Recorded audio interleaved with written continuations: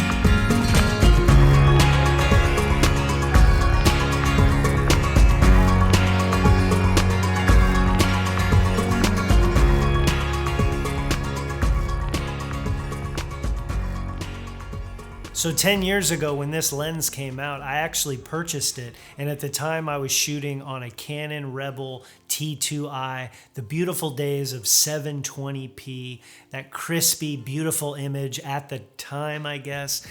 We've come a very long way, but this lens has sort of, stuck around. It's only a $200 lens. The build quality, I think, is pretty nice. It's decently fast at f2.8, and it's so little that you can throw it in your bag and you won't even notice it, and it really makes a nice addition to the Pocket 6K for any kind of run and gun type of work. It's so little. I mean, just look at it. It's tiny. So all of the footage that you're watching besides this talking head is shot with that 40mm Pancake lens. Some of it, attempting to do that macro look. I don't believe that it's a true macro lens. I think it definitely gets close enough that you can shoot things that are going to be bigger on screen, but it's not really a macro lens. It can pass for a super close-up lens. Let's just say that it definitely has that 6 to 8 inch focal point where you can really get in there, but other than that, it's a really good 62mm lens on the Pocket 6K, and as I've stated, for $200, the build quality is much better than some of the other inexpensive Canon lenses. This one I feel was in sort of a particular category when it came out, and they were trying something different, and it stuck around. I mean, 10 years later, there it is. So it's a pretty nice lens. You could probably pick it up on eBay, Craigslist. I'm sure you could buy it brand new, but the color renders, I think, pretty good. I'm not particularly picky about that because I think the lighting really comes down to how your image is going to look. Of course, the camera that you're using and just the scene that you're in.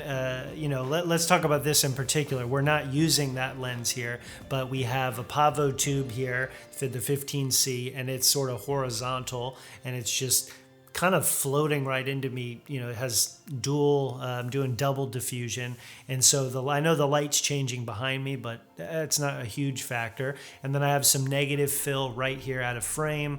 I have a hair light, and then of course those accent lights in the back. We have the sun, going down behind me, and there's another window over here that you're used to. So every scene is different, but I definitely think, obviously, that the lighting is key to making any image look the way that you want it to look. So regardless if it's the Pancake lens or the 10 to 18 millimeter Canon that, you know, feels like you got it out of a crane game machine, it really doesn't matter. It's all up to you how you want that image to look.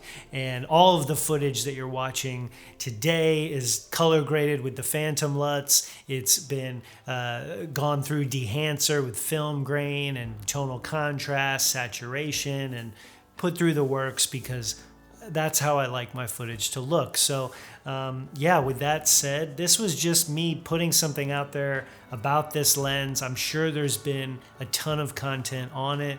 I didn't see a lot with Blackmagic and the Pancake lens together. So I hope if you're shooting on Blackmagic and maybe you didn't even think about this lens, because I didn't until my friend let me borrow it. I didn't even remember it existed. So it's definitely worth trying out, picking up, throwing in your bag. You won't even notice it because it's so tiny. And yeah, this was just a quick, you know, boom, review. It's a great lens. The color looks great. Okay. If this is your first time stopping by the channel, you were curious because you saw the Pancake lens and Blackmagic, consider subscribing. Go check out some of my other videos and hit the like button. Drop a comment down below. Other than that, go create something and yeah, be you. Just go create, go do something.